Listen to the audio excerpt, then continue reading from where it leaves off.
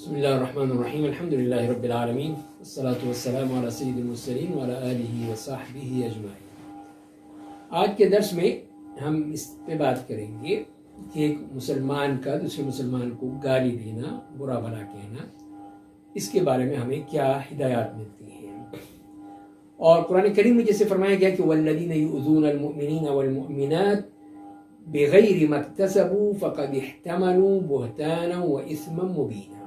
جو لوگ مسلمان مردوں اور مسلمان عورتوں کو ناحق تکلیف پہنچاتے ہیں، جو انہیں بہتان اور صریح گناہ کا بوجھ اٹھایا۔ اسی معلوم یہ ہوا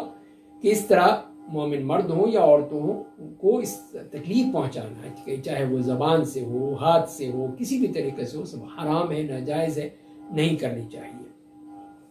اور حدیث میں جو آیا جیسے کہ حضرت مسعود رضی اللہ عنہ فرماتے ہیں کہ رسول اللہ صلی اللہ علیہ وسلم نے فرمایا کہ سباب المسلم فسوق وقتالہ کفر، کہ مسلمان کو گالی دینا فسق ہے اور اس کو قتل کرنا کفر ہے۔ تو یہاں پہ جو بتایا گیا ہے کہ اس میں مسلمان کا جو حق ہے اس کی تعظیم کی جائے، اس کو ناحق سب و شتم کرنا، برا بھلا کہنا، گالیاں دینا، لعنتیں بھیجنا، سب یہ غلط ہے، یہ فسق ہے، اور جو کرے گا وہ فاسق ہوگا۔ اور بعض اعمال کی شدت کی وجہ سے اس پہ کفر کا لفظ استعمال کر لیا جاتا ہے، اور اس سے مراد یہ ہوتی کہ کفر دون کفر، یعنی وہ کفر نہیں ہے جس سے انسان بالکل ہی خارج از اسلام ہو جاتا ہے، وہ کفر نہیں ہے، مطلب یہ ہے کہ لیکن اس کی جو قباحت ہے وہ اتنی زیادہ ہے جیسے کفر کی ہے، تو لہذا اسے کفر دون کفر کہا جاتا ہے۔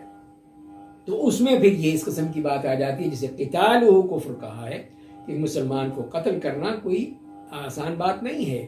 کوئی معمولی چیز نہیں ہے کہ جیسے آپ نے کسی مکھی مچھر کو مار دیا، اس ایسی بات نہیں ہے، بلکہ اس کا مارنا جو ہے وہ بہت بڑا گناہ ہے، تو اس سے پھر بچنا چاہیے، اور اسی کے لیے پھر یہ الفاظ آپ نے استعمال کیے۔ اور حضرت ابو ذر رضی اللہ تعالیٰ عنہ کی حدیث میں آتا ہے کہ انہوں نے رسول اللہ علیہ وسلم کو فرماتے ہوئے سنا ہے کہ لا یرمی رجل رجلا بالفسق او الکفر الا ارتدت علیہ ان لم یکن صاحبہ کذلک، کہ آپ نے فرمایا کہ کوئی آدمی کسی دوسرے آدمی پر فسق یا کفر کی تہمت نہ لگائے، اس لیے کہ اگر وہ جس پر تہمت لگائی جا رہی ہے ایسا نہ ہوا تو پھر یہ تہمت اسی کی طرف واپس لوٹ آئے گی۔ تو یہاں پر بھی یہی بات فرمائی گئی، جیسے کہ ہم نے لعنت کے بارے میں پڑھا، تو یہاں پر بھی آیا کہ اگر کوئی کسی کو کہتا ہے کہ تو فاسق ہے، تو کافر ہے، تو اس قسم کی گالی دینا ہے، تو یہ اگر فسق و کفر نہ ہوا تو پھر کہنے والا جو ہے وہ اس کا مستحق ٹھہرے گا، اور اس کے اوپر پھر اس کا وہ آ جائے گا، الٹ جائے گی اس کے اوپر، اور وہ پھر اس کا مصداق بن جائے گا۔ تو اسی لیے پھر سختی سے منع کیا گیا کہ اپنے کسی بھی مسلمان بھائی کو ایسے الفاظ مت استعمال کرو، مت کہو، اگر وہ نہ ہوا تو تم پھر اس کے مصداق بن جاؤ گے۔ اور ایک اور حدیث میں حضرت ابو ہریرہ رضی اللہ تعالیٰ عنہ روایت کرتے ہیں کہ رسول اللہ صلی اللہ علیہ وسلم نے فرمایا ہے کہ المتصابان ما قال فللبادئ منہما حتى يعتدي المظلوم، کہ آپ نے فرمایا، صحیح مسلم کی روایت ہے کہ گالی دینے والے دو شخص ایک دوسرے کو جو بھی کہیں گے تو اس کا گناہ ان میں سے ابتدا کرنے والے کو ہوگا، یہاں تک کہ جو مظلوم ہے وہ کوئی زیادتی کر ڈالے۔ تو اس سے بھی بتایا دیا ہے کہ مسلمان کو گالی نہیں دینی چاہیے، حرام ہے، ناجائز ہے۔ اور دوسری بات ہے جس شخص کو گالی دی جائے وہ اسی قدر بدلہ دینے کا حق رکھتا ہے، اتنا ہی حق لیا جا سکتا ہے، اس نے ایک بات کہی ہے تم بھی کہہ دو، بس برابر ہو جائے۔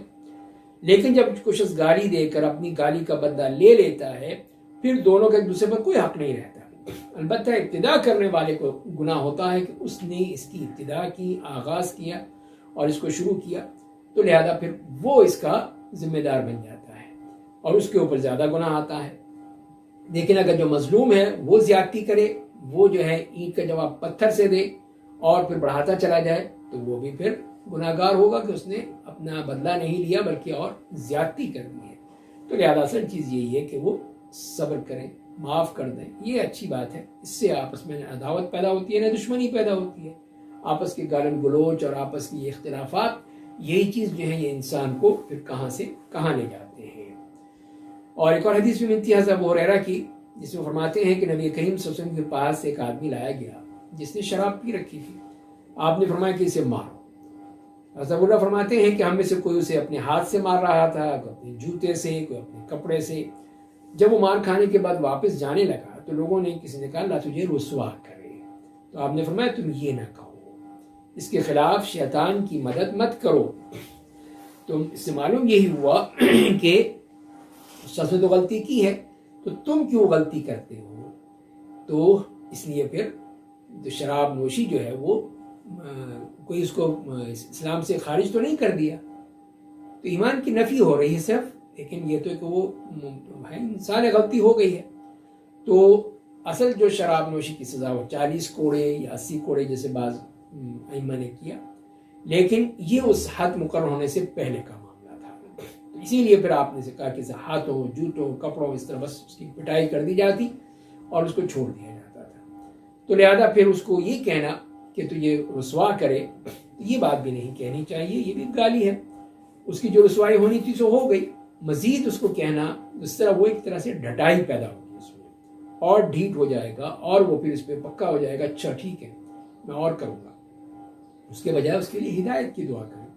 اس کی اصلاح کے لیے کوشش کریں، اس کو راہ راست پہ لانے کی کوشش کریں، وہ کرنی چاہیے، نہ یہ کہ اس کو اور اس پر ڈھیٹ کیا جائے۔ اور یہاں تک منع کر دیا گیا جیسے حدیث میں آتا ہے کہ جس شخص نے اپنے غلام پر زنا کی تہمت لگائی تو قیامت والے دن اس مالک پر حد لگائی جائے گی مگر یہ کہ مملوک ویسا ہی ہو جیسا اس نے کہا ہے۔ یعنی اگر اپنے غلام پہ، اپنے نوکر پہ، اپنے ملازم پہ اس قسم کی بات کہتا ہے اور وہ نہیں ہے تو پھر مالک کی دنیا میں تو کوئی نہیں کر سکتا کوئی بھی، لیکن آخرت میں پھر اس کو وہ حد لگائی جائے گی کہ اس نے بلا وجہ بغیر سبب کے بہتان تراشی کی اور اپنے اس طرح غلام کو یہ الفاظ کہے ہیں۔ اگر وہ تھا واقعی تو وہ ایک الگ بات ہے، پھر وہ معاملہ وہ نہیں ہوگا، تو لہذا اس میں بھی ہمیں کہا کہ اس قسم کی بات کہنا بھی یہ جائز نہیں ہے۔ اسی طرح جو فوت شدگان ہیں ان کو ناحق اور کسی شرعی مصلحت کے بغیر برا بھلا کہنا یا اس طرح کی بات کہنا وہ بھی غلط ہے، ناجائز ہے۔ اور اس کے بارے میں ہمیں حضرت عائشہ رضی اللہ تعالیٰ کی روایت ملتی ہے، وہ فرماتی ہیں کہ رسول اللہ صلی اللہ علیہ وسلم نے فرمایا ہے کہ لا تسبوا الاموات فانهم قد افضوا الى ما قدموا، کہ فرمایا کہ تم فوت شدگان کو برا بھلا مت کہو، گالیاں مت دو، اس لیے کہ انہوں نے جو عمل آگے بھیجے وہ ان کو پہنچ گئے، وہ تو معاملہ ان کا ہو گیا، ختم ہوئی بات، اب تمہیں گالیاں دینے سے، برا بھلا کہنے سے کیا فائدہ ہوگا؟ تو لہذا پھر یہ مردوں کو گالی دینا اور برا بھلا کہنا حرام ہے، ناجائز ہے، نہیں کہنا چاہیے۔ اور فوت شدگان نے جو بھی عمل کیے اچھے ہیں یا برے ہیں، اب وہ چلے گئے، ان کے ساتھ چلے گئے، اب ان کو گالی دینے کا کیا فائدہ؟ اب آپ ان کو یہ کہا کہ یہ کیا تھا، وہ کیا تھا، یہ تھا، وہ تھا، اس قسم کی باتیں کرنا، جس سے معلوم یہ ہوا جس طرح کے زندہ لوگوں کو تکلیف دینے کی ممانعت ہے، منع کیا گیا، اس طرح جو مردہ لوگ ہیں، فوت شدہ ہیں، ان کی بھی اس طرح تکلیف دینا یہ بھی منع ہے، اس کو بھی منع کر دیا گیا۔ وہ جائز نہیں ہے کہ اس کے پیچھے اس کی برائیاں کی جائیں اور اس کے ساتھ اس طرح کہا جائے، تو لہذا اس سے بچنا چاہیے۔ یہی معلوم ہوتا ہے کہ ہمیں اس طرح کسی کو تکلیف پہنچانا، اس کی سختی سے ممانعت کی گئی کہ کوئی کسی کو تکلیف نہ دے۔ تو وہ حدیث جو ہم پہلے بھی پڑھ چکے ہیں کہ ایک مسلمان وہ ہے جس کی زبان اور ہاتھ سے دوسرے مسلمان محفوظ رہیں، اور مہاجر وہ ہے جو ان چیزوں کو چھوڑ دے جس سے اللہ نے منع فرمایا ہے۔ تو لہذا پھر اسی میں یہی چیز آتی کہ اذیت دینا، تکلیف دینا، زندہ ہے یا مردہ ہے اس کو کرنا، تو یہ چیزیں جو ہیں وہ کسی طور پہ بھی جائز نہیں ہے۔ کہ مسلمان کو خیال رکھنا چاہیے کہ وہ ایسی بات کرے جس سے اس کے مسلمان بھائی کو، چاہے زندہ تھا یا مردہ تھا، اس کو تکلیف پہنچی ہے۔ اور مسلمانوں کے لیے اسلام دلیل ہے، اور بہترین یہی ہے کہ اس کے زبان اور ہاتھ سے دوسرے مسلمان محفوظ رہیں۔ آج کل کے لحاظ سے قلم بھی آ گیا،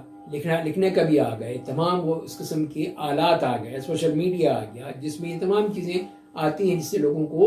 گالیاں دی جاتی ہیں، برا بھلا کہا جاتا ہے، طرح طرح کے ان کے اوپر الزامات لگائے جاتے ہیں۔ تو اگر وہ صحیح نہیں ہے تو وہ شخص گناہ گار ہوگا، تو اس نے بغیر سوچے سمجھے اس طرح کی باتیں کی، حرکتیں کی ہیں، تو لہذا اس کو اس کا خیال رکھنا چاہیے۔ اور نبی کریم صلی اللہ علیہ وسلم نے جو فرمایا ہے، حضرت عبداللہ ابن عامر بن عاص رضی اللہ تعالیٰ عنہ کی حدیث ہے کہ آپ نے فرمایا کہ من احب ان یزحزح عن النار ويدخل الجنہ فلتأته منیته وهو يؤمن بالله واليوم الآخر وليأتي إلى الناس الذي يحب ان يؤتى إليه۔ صحیح مسلم کی روایت ہے کہ آپ نے فرمایا جو شخص یہ پسند کرتا ہے کہ اسے آگ سے بچا لیا جائے اور جنت میں داخل کر دیا جائے تو چاہیے کہ اس کو موت اس حال میں آئے کہ وہ اللہ اور یوم آخرت پر ایمان رکھتا ہو اور وہ لوگوں سے وہی سلوک کرے جو اپنے لیے پسند کرتا ہے۔ تو اس میں بھی پھر یہی بتایا گیا ہے کہ پھر انسان کو اس بات کا پورا خیال رکھنا ہے کہ وہ اپنے لیے جو پسند کرتا ہے وہی دوسروں کے لیے پسند کرے، اور جو پہلے فرما دیا کہ جو بھی یہ چاہتا ہے کہ جہنم سے اس کو دور کر دیا جائے، جنت میں اس کو داخل کر دیا جائے، تو پھر وہ موت اس وقت آئے جب کہ وہ اللہ پر ایمان اور قیامت پر پختہ ایمان ہو۔ یہ ہے کہ مرتے دم تک اسی دین پر قائم رہنا، اسلام پر قائم رہنا، یہ ہے اصل ایک مومن کی شان اور مومن کی خصلت کہ وہ اس معاملے میں پوری طرح اللہ تعالیٰ کے احکام پر گامزن رہتا ہے، مرتے دم تک اس پر قائم رہتا ہے، اور یہی اس کی دعا ہوتی ہے۔ اور دوسری بات یہی ہے کہ لوگوں کے پاس کے لیے وہی آئے جو وہ چاہتا ہے اپنے لیے، تو جب اپنے لیے ہی چاہے گا تو وہ اچھی بات چاہے گا، بری بات تو نہیں چاہے گا۔ تو ظاہر ہے کہ پھر جو اپنے لیے چاہتا ہے وہ دوسروں کے لیے چاہنا چاہیے اس کو، اور دوسروں کے لیے مانگنی چاہیے، اللہ تعالیٰ سے بھی اور اپنے سے بھی اور لوگوں سے بھی۔ تو یہ پھر اس سے کہا گیا ہے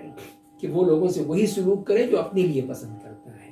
اور اسی میں پھر یہ تکلیف کا معاملہ آ جاتا ہے، گالی دینے کا، لعنت کرنے کا، برا بھلا کہنے کا، اور اس قسم کی جتنے بھی مسائل ہیں وہ سب اسی میں شامل ہو جاتے ہیں۔ تو اسی لیے پھر اس کو سختی سے منع کر دیا گیا کہ ایسی بات نہ کہو جو تم خود نہیں پسند کرتے، اور اسی میں پھر وہ آ جاتی ہیں کہ یہ بغض رکھنا ہے، آپ سے قطع تعلق رکھنا ہے، ایک دوسرے کی پیٹھ پیچھے برائی کرنی ہے، تو اس کو بھی اللہ تعالیٰ نے منع کیا قرآن کریم میں بھی، اور یہی فرمایا گیا کہ مسلمان تو بھائی بھائی ہیں، انما المؤمنون اخوہ، یہ کہا گیا، اس کا خیال رکھنا چاہیے کہ بھائی چارہ ہے۔ اور پھر حدیث میں یہ آتا ہے، انس فرماتے ہیں کہ نبی کریم صلی اللہ علیہ وسلم نے فرمایا کہ لا تباغضوا ولا تحاسدوا ولا تدابروا ولا تقاطعوا وكونوا عباد الله اخوانا ولا يحل لمسلم يحجر اخاه فوق ثلاث، کہ آپ نے فرمایا کہ باہم بغض نہ رکھو،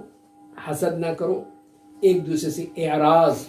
اور قطع تعلق مت کرو، اللہ کے بندو بھائی بھائی بن جاؤ۔ کسی مسلمان کے لیے جائز نہیں ہے کہ اپنے کسی مسلمان بھائی کو 3 دن سے زیادہ ترک تعلق رکھے، چھوڑے رکھے، یہی جائز نہیں ہے۔ تو اس طرح اللہ تعالیٰ نے بھی جو قرآن میں کہا، اور اس طرح نبی کریم صلی اللہ علیہ وسلم نے جو احادیث میں بیان کیا کہ آپس میں بغض رکھنے سے منع کر دیا گیا، بھائی بھائی بنایا گیا، تو آپس میں محبت ہونی چاہیے، بغض تو نہیں ہونا چاہیے۔ آپس میں حسد کرنے سے منع کیا گیا، اس لیے کہ یہی تو اصل شر کی ابتدا ہے، وہیں سے حسد سے ہی انسان وہ شر میں ہو جاتا ہے۔ اور پھر یہ کہ 3 دن سے زائد کسی مسلمان سے اس طرح کا تدابر، تقاطع، جدائی اور یہ سب چیزیں جو ہیں یہ جائز نہیں ہے۔ صرف 3 دن کی مہلت دی گئی، اس کے بعد پھر ضرور اس کو پھر واپس آنا چاہیے، صلح کر لینی چاہیے۔ اور یہ امور دنیا کے متعلق ہے، اگر یہ ناراضگی اور قطع تعلق دینی امور کی وجہ سے ہے تو پھر یہ 3 دن سے زائد ہو سکتی ہے اگر اس کی سزا دینی ہے، جیسے کہ کعب بن مالک رضی اللہ عنہ کا واقعہ غزوہ تبوک واپس رہ جانے کی وجہ سے ان کے اوپر 50 دن تک ان سے قطع تعلق کیا گیا، ایک سزا بھی تھی۔ تو لہذا اصل چیز یہی ہے کہ مسلمان جو ہے وہ آپس میں جب تعلق رکھیں گے تو ان کے اوپر یہ نوبت نہیں آئے گی۔ اور نبی کریم صلی اللہ علیہ وسلم نے یہی فرمایا ہے کہ جنت کے دروازے پیر اور جمعرات کو کھولے جاتے ہیں، بس ہر اس بندے کو بخش دیا جاتا ہے جو اللہ کے ساتھ کسی کو شریک نہیں ٹھہراتا، اور سوائے اس آدمی کے اس کے اور اس کے کسی مسلمان بھائی کے درمیان عداوت ہو۔ تو کہا جاتا ہے ان دونوں کو مہلت دی جائے حتیٰ کہ دونوں صلح کر لیں، ان دونوں کو مہلت دی جائے یہاں تک کہ وہ صلح کر لیں۔ اور مسلم کی روایت میں یہ بھی آتا ہے کہ ہر جمعرات اور پیر کو اعمال پیش کیے جاتے ہیں۔ تو یہ دیکھیے اللہ تعالیٰ کی طرف سے کتنا بڑا احسان ہے کہ وہ پھر مہلت دے دیتا ہے کہ اگر یہ دونوں ناراض ہیں تو ان کی ابھی مغفرت نہیں ہوگی جب تک یہ صلح کر لیں، اگر صلح کر لیتے ہیں تو مغفرت ہو جاتی ہے۔ تو اس طرح پھر اللہ تعالیٰ کی طرف سے ان کو ایک تنبیہ کر دی گئی ہے کہ اللہ تعالیٰ تو ہر پیر اور جمعرات کو اس طرح اعمال چیک کرتے ہیں، دیکھتے ہیں اور ان کو معاف کر دیتے ہیں، ان کے گناہوں کو معاف کر دیتے ہیں، سوائے ان لوگوں کے کہ جو اس طرح قطع تعلق کیے ہوئے ہیں اور ایک دوسرے سے ناراض ہیں، تو ان کو کہا جاتا ہے کہ صبر کر لو، دیکھ لو جب تک یہ صلح نہ کریں۔ صلح کر لیں تو ٹھیک ہے، ورنہ پھر وہ اللہ تعالیٰ کی ناراضگی بھی ان سے برقرار رہتی ہے۔ اللہ تعالیٰ ہمیں عمل کرنے کی توفیق عطا فرمائے۔ وآخر دعوانا الحمد للہ.